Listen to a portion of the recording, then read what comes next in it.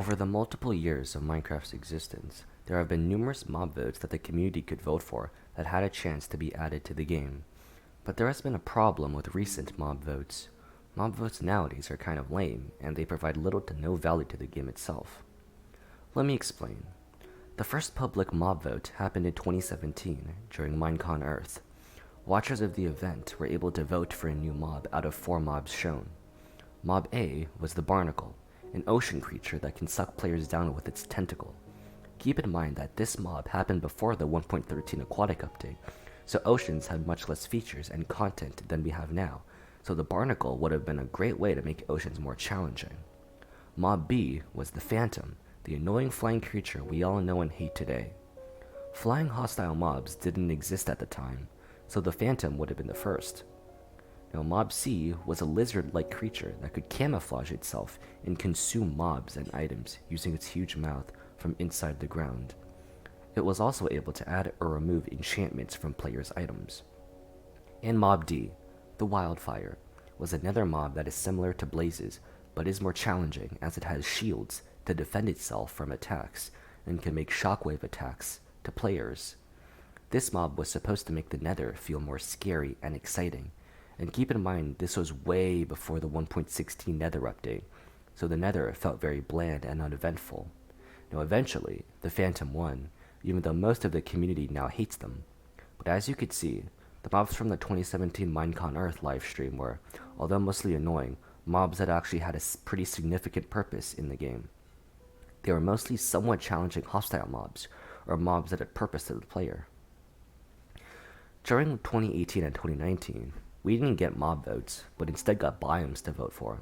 Now, I'm not going to go through all of them because that would take way too long, but most of the biomes that were chosen as voting candidates were reasonable, as they had limited features and deserved an update. In fact, almost all biomes that didn't win the biome votes still haven't been updated to this day, 4 years later. In 2020, though, we got the second ever mob vote, with the candidates being the Moobloom, the Isolager, and the infamous Glow Squid. Now, if we compare the mobs in this update versus the mobs in the 2017 mob update, I'm pretty sure you can see a clear difference. The mobs here are way less useful, and are mostly just for aesthetic purposes. The Moobloom is a version of the cow that interacts with bees. The Glow Squid literally does nothing but glow and illuminate dark areas, and the Isolager, which is, in my opinion, probably the best of the bunch. It's a hostile mob that can hurl ice clouds at the player, kind of like a variant of the other Illagers. Now, the Glow Squid ended up winning, which was probably the absolute worst mob of the 3, but I'm pretty sure we all know how the Glow Squid won. Let's just say a certain large creator was involved. Anyhow, in 2021, last year, we got another mob vote, and the mobs this year were eerily similar to last year's, in terms of usefulness and purpose within the game. The glare, however cute it looks, has no purpose other than informing players when an area is dark enough for monsters to spawn. And even that feature can easily be replicated using the F3 screen, or just eyeballing the area. The ally collects dropped items of the same kind as the item that it has been given to by the player, giving the items to the player or a note block. Now that, plus the somewhat rarity of the mob, makes it the most useful mob in my opinion, which is why I voted for it, even though it's still extremely purposeless. And finally, the copper golem. Using copper to create it, it'd go around and randomly press copper buttons, and it gets oxidized over time as well. Unsurprisingly, the ally won. I think you can start to see a pattern here.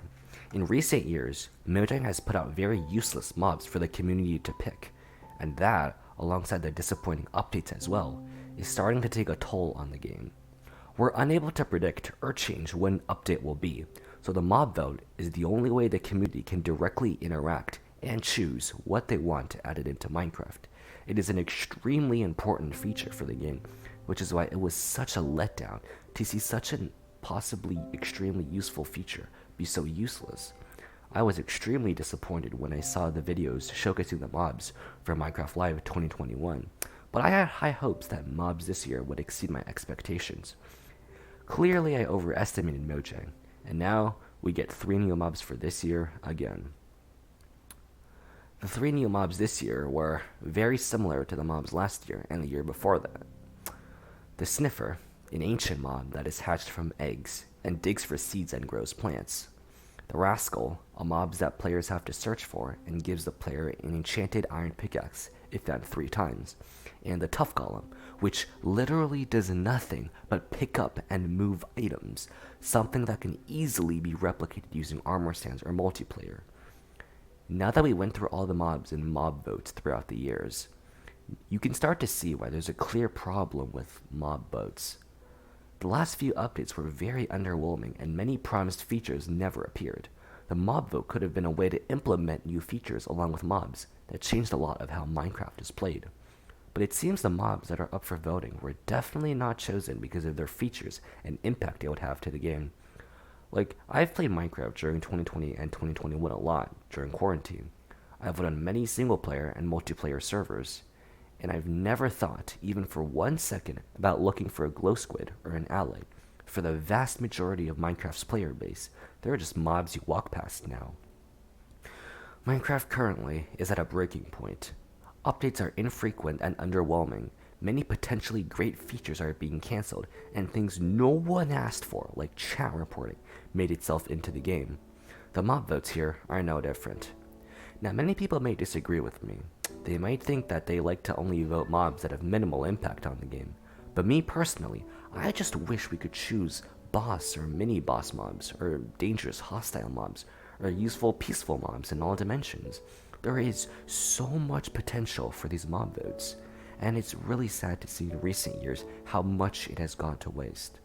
Mojang, if you see this, please, for the next Minecraft Live, make it better and more impactful mob votes.